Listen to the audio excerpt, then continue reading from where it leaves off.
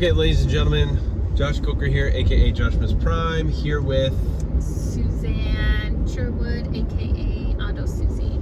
And we're gonna jump right into this video because we've already tried to film it once and we got so sidetracked on giving background information and all this other stuff that we're just gonna get right into the meat and potatoes. So Okay, so I am at a treatment center, so I take the hero's journey and I help people write their narratives or rewrite their narratives. All the events are as true as your memory makes them, and but you write an empowering story, but a realistic one, which is why we use the hero's journey to break it down into the most important things. There's a lot of details in your life that can distract you, like we were distracted in the last video. So you asked earlier, what is the importance of atonement with the Father? That's the main stage that we're going to be focusing on here, is atonement with the Father.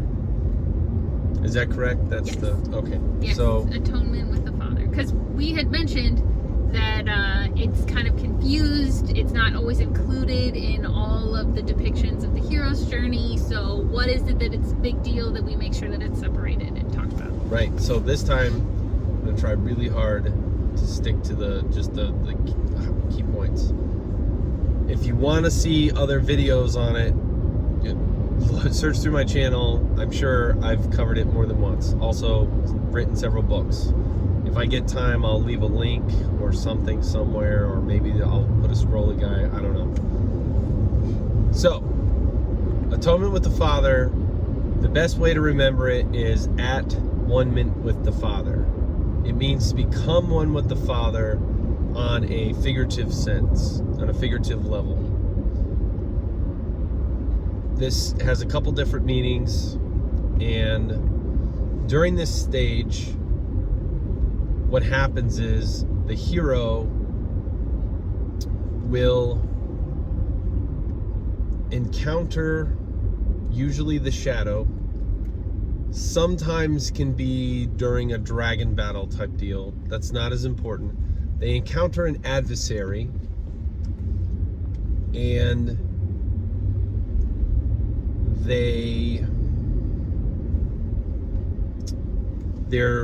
this adversary is far superior than they are.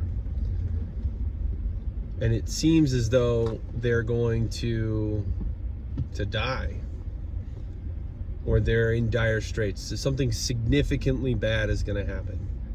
And at the last moment, their father figure, either literal or figurative father, will come and save the day.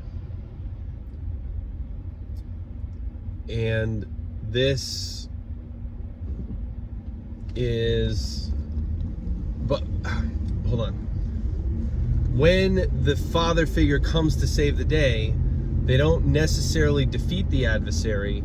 Sometimes they just buy enough time for the hero to escape, or for the hero to come up with a new plan or something. But often the person who comes is the mentor, and often this person is injured, kidnapped, or killed. And the reason why that's important is because now, up until this point, the mentor or the father figure has been the protagonist of the story. They've been the one who's been leading the charge, telling everybody that, hey, we got to keep pressing on, we got to keep going to fulfill our mission. After this point, the hero will take that role. This is them becoming one with the Father. In ancient myth, another aspect of the atonement with the Father was going on a mission to find your father. This is why everybody thinks, and I agree with them, that George Lucas is really great when it comes to writing mythological stories. Because not only do you have Star Wars that has several references to father figures like Obi-Wan and Darth Vader, but also you have stories like Indiana Jones in The Last Crusade, where Indy goes to find his father. This is that whole story. The premise is atonement with the father, and it's told very well. If some stories have a major overarching theme that is based on like a stage of the journey. So even though it goes through all of the actual stages of the journey in the hero's journey, the overarching theme is atonement with the father. And what we see is the hero goes out searching for his father. This is symbolic of a younger person searching for their meaning in life. And the reason this is somewhat lost on modern day people, because up until the last 100 years or so, most people grew up and ended up doing whatever their parents did. So if your parent was a farmer, you were a farmer. If your dad was a smith, you were a smith. If your dad was a sailor, you were a sailor. And that's the significance. When you go to find your father, you're going to find your vocation in life. And sometimes it wasn't your father. Sometimes it was like, go and find your ancestor's sword or something like that. A lot of times a sword was involved, your father's weapon or your ancestor's weapon. This is in Lord of the Rings, the Isildur sword, the shards of I forget right now, the wind of the west or the fire of the west or something. It wasn't until Aragorn showed enough promise and Éowyn convinced her father to put those shards together that the sword was reforged, the sword of his ancestors, the sword of his father's father's father. Same thing if you look at The Hobbit, when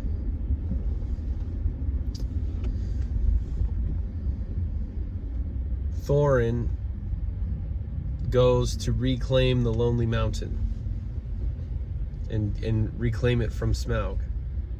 He's reclaiming his father's kingdom.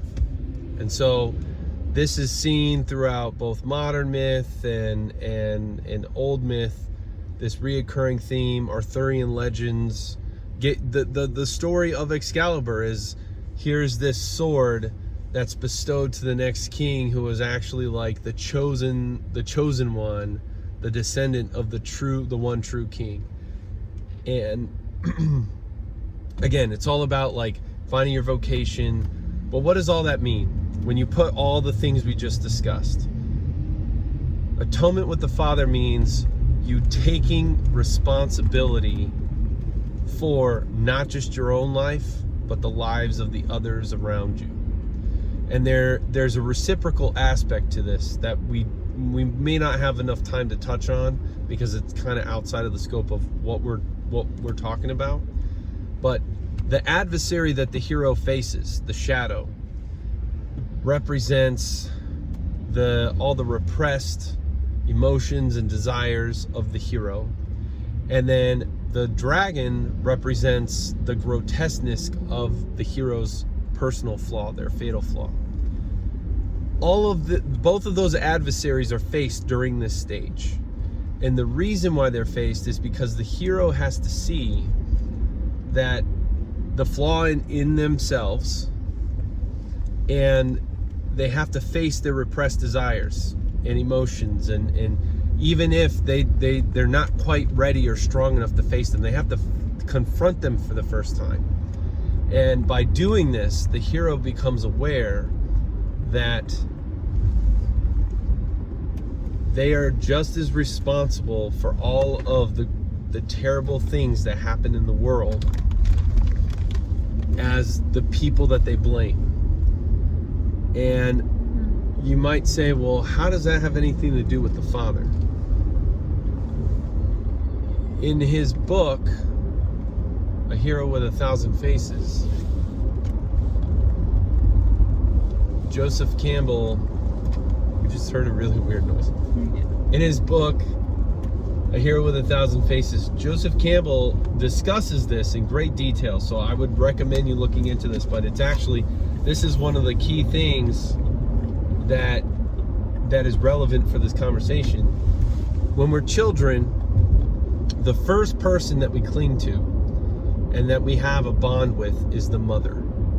The mother is the giver of life, the giver of love, but also the giver of discipline and punishment, in the sense that, you know, even when we were babies, if the mother did not comfort us, care for us, bring us milk and things like that, it would upset us. The father was the first enemy, because the father was the first other in your life as a child. That father figure would deter your mother from you. That father figure was not you, was different than you, and you had to compete for your mother's attention with the father. And the father would challenge you to do things that you didn't want to do, and so therefore they become this first enemy type figure. And you can go into more detail in his book, because he talks about, you know, Sigmund Freud and Carl Jung and the research they did with psychoanalysis about that father-mother figure dynamic. And it's very powerful. So during this phase, the hero realizes that they're just like the father. Not only are they responsible like the father for the group now, aside from themselves, but they're also responsible for just the nastiness in the world. And I'll give you one example we've kind of discussed in these videos before. In order for anything to live, other things have to die. In order for you to live, either a plant or an animal has to die for you to eat. I'm not going to go into my big rant, but that's the basic gist of it. Right. And so because of that, you are part of a cycle of death, but you are also part of a cycle of life. And that is the realization that the hero comes into through this stage. There's one other piece, and then I'll kind of turn it over to Suze, which is that by achieving atonement with the father, that means that the hero has faced down the dragon, probably had at least laid eyes on the boon, and atoned with the father. Through this, they realize that the father and the mother are actually part of the same divine family. And so the goddess figure, or the first divine that they meet, I like to consider them as the divine parents. Because sometimes if it's a heroine, they would meet the father figure first. Anyway, that's too complicated. I'm not even going to go there. So they realize that they're both one and the same, because the father figure, who they saw as enemy first, was also a nurturer, just like the mother figure. And the mother figure, who they saw as a nurturer first, was also in some ways an enemy figure. So, and they also discover through this epiphany that in order to reach their fullest potential, they have to embrace both aspects of the feminine and the masculine. And this leads them into what's called the next stage, which is called apotheosis. And apotheosis is the first glimpse or taste of someone reaching their fullest potential, of someone stepping to a higher level of consciousness, of power, and things like that. So, there you go. That's it from like a narrative stance. So then what does this have to do with a treatment center setting, a counseling setting, any kind of real life scenario, because you're not fighting dragons. But Literally. Literally. But figuratively. So that's really what happens, that we go into the inner journey. So when Josh was talking about primal desires that you're fighting, that is taking if you've heard of the high road and the low road in the way that you handle situations. Then the low road is because of the pathway that your brain signals are taking to solve a problem. The low road is all emotion. It's like if you didn't use logic at all, you just ran solely off of your first instinct in terms of emotion. That's the low road. So essentially that's your primal brain. That's all of the very inside core of your brain that you've had ancestry has built up to. That's what it is. So that's a dragon that you have to fight when you first start on a journey through mental health. And if you don't fight it, then it will control you.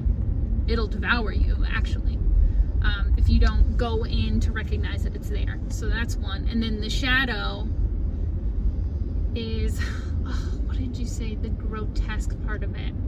No, the shadow is usually like a repressed kind of. Okay, so that is, that's the subconscious itself, but the meaning that you put behind those primal emotions that you see, those are going to be battles that you have to fight as well. Because very often people feel an emotion and then they feel shame immediately after. They say, I shouldn't feel like this. I shouldn't be mad right now. I shouldn't do this. And those shoulds are battles that you have to fight to move to the next level, to be at one with yourself, to know that this is what I feel and not who I am. I am a combination of this and. So when Josh was talking about the father being other, there's cognitive distortion where people make a very distinct, like, us versus them. And that's a very destructive thought pattern to be in, because humans desire connection, right? So if you're constantly blaming other people and putting things on others and not seeing that you're connected, then you feel a lack of connection and there's something missing. You'll always feel like something's missing, because just basic survival instinct wise, human desire wise, we crave that connection. So the understanding that the father and mother are part of the divine family, that's also to say that both what you were created from and others are both part of you. They're from the same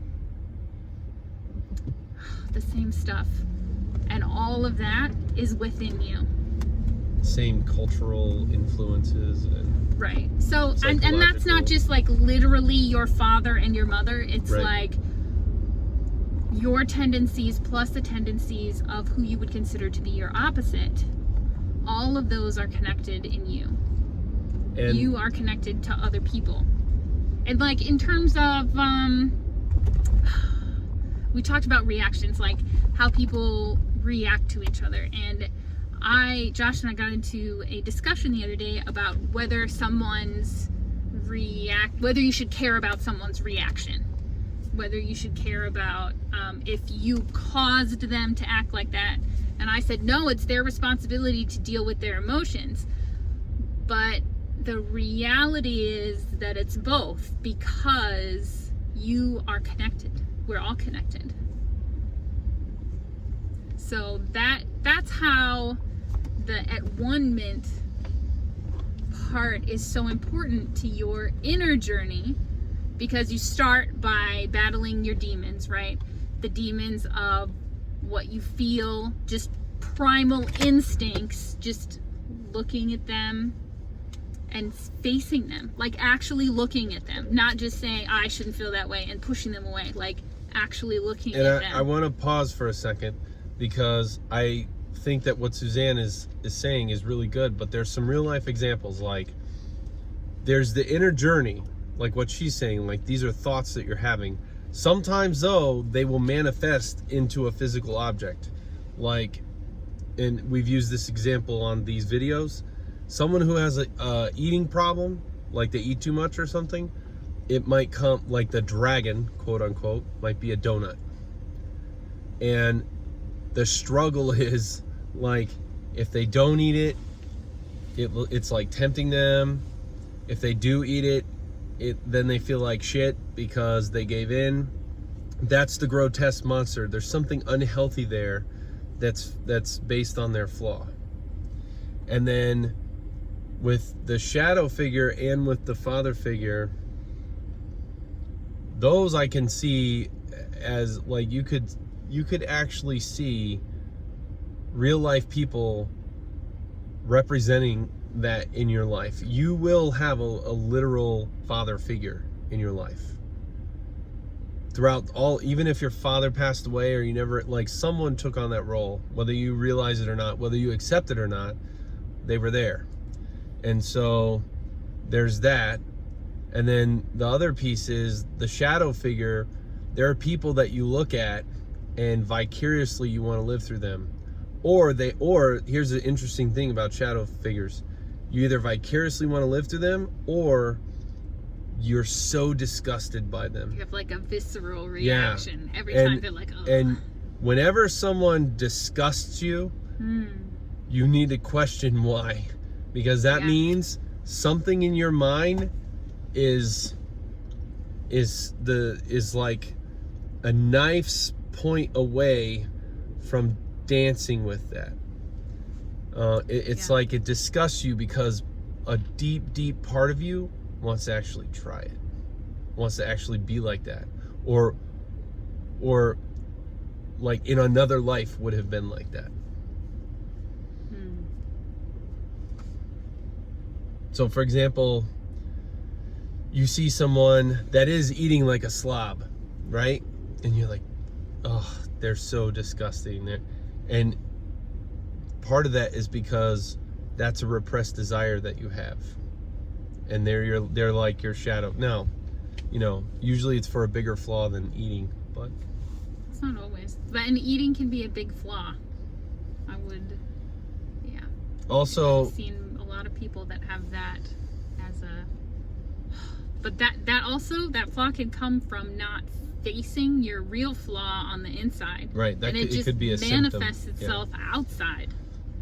Right. We use eating, but like eating a lot of times is just a symptom of a deeper flaw, like, you know, not feeling like you have self-worth or acceptance.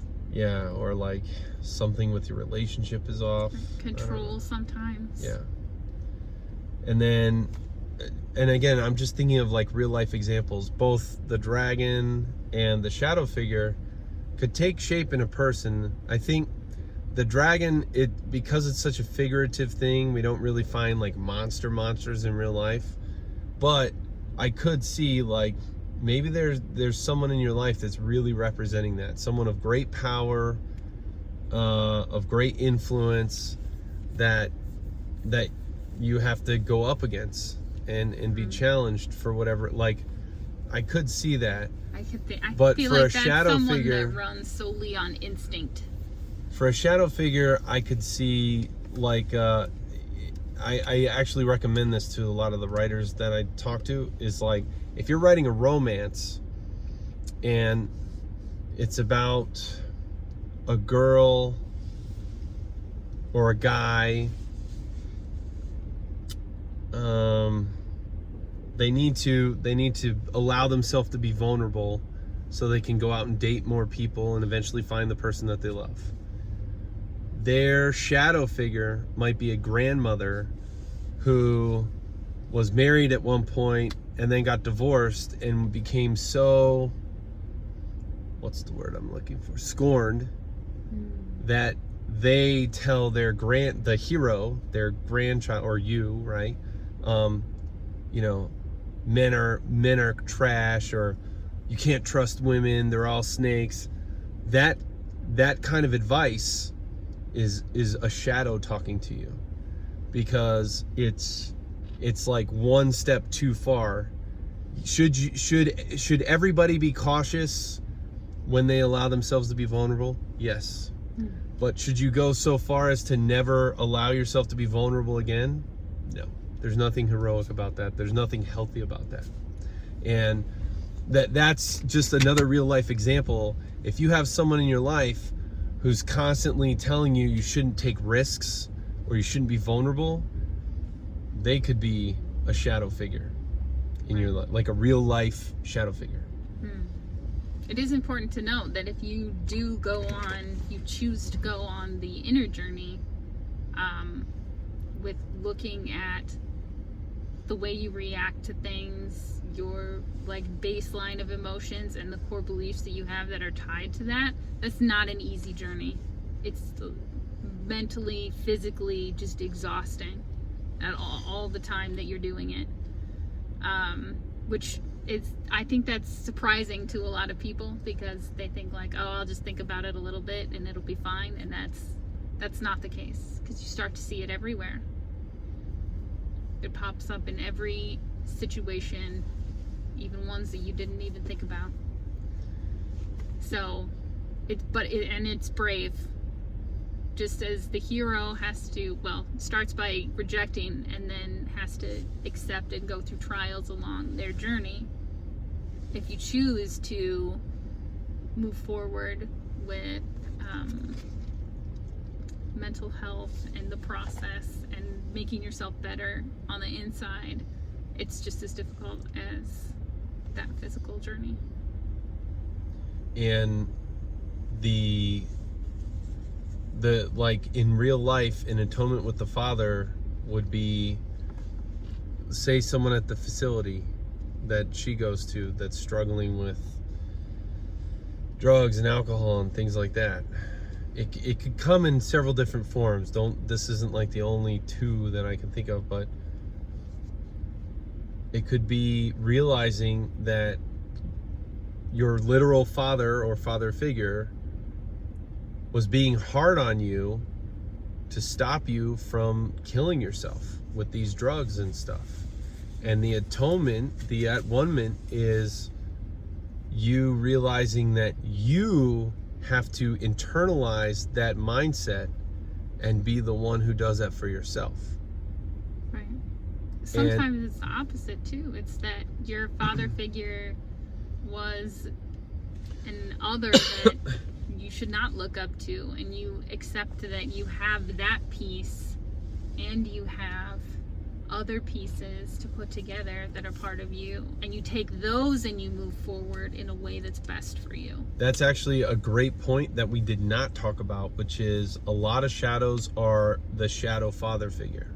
So think of Darth Vader, and the shadow father figure is someone who basically either the hero or the shadow denies, like the hero denies the shadow father figure, or the shadow father figure denies the hero. And so what that means is they're at odds with each other. And so even though it's called atonement with the Father, the reciprocal is the non-atonement, which is still like, that is an applicable consequence of this stage, which is the hero is not at one with the Father, because they're the shadow father figure. And the Darth Vader is a pretty good example of this. And you know you could look into that and understand what I'm saying, but what Sue's just said is a very good real life application. You may find that the father figure in your life was the one setting you up with all the bad stuff in the first place, and you need to cut them out of your life. Right. So a lot of times we see people that have had sometimes as extreme as abuse by their father in childhood, and they say, how could I possibly have a mentor or father figure when what I grew up with was this? And so I think that's a really important concept for them to look at, because they don't even know what it would look like to have that healthy figure in their life. And I would say that the majority of them find the most fulfillment in spiritual fathers in that case.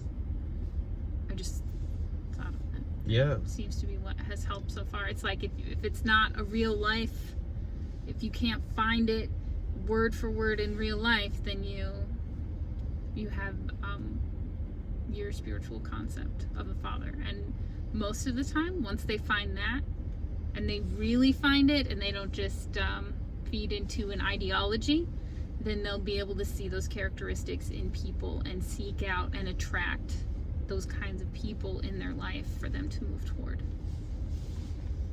So, the video is about 30 minutes. There's a lot more things that are popping in my head, but I think we covered the main stuff. Definitely gave plenty of information for you guys to digest. If you have questions, if you want us to dig deeper into one aspect or another, go ahead and drop a comment below, and that's usually where we get most of the questions that we address. And if we get around to it, then maybe we'll use yours as a video. But until next time, this has been Josh And Suze, aka Joshmas Prime, and Auto Susie, coming at you from Polymathics, the channel that helps you become modern day Renaissance woman or man. And we will catch you guys in the next video. Take it easy.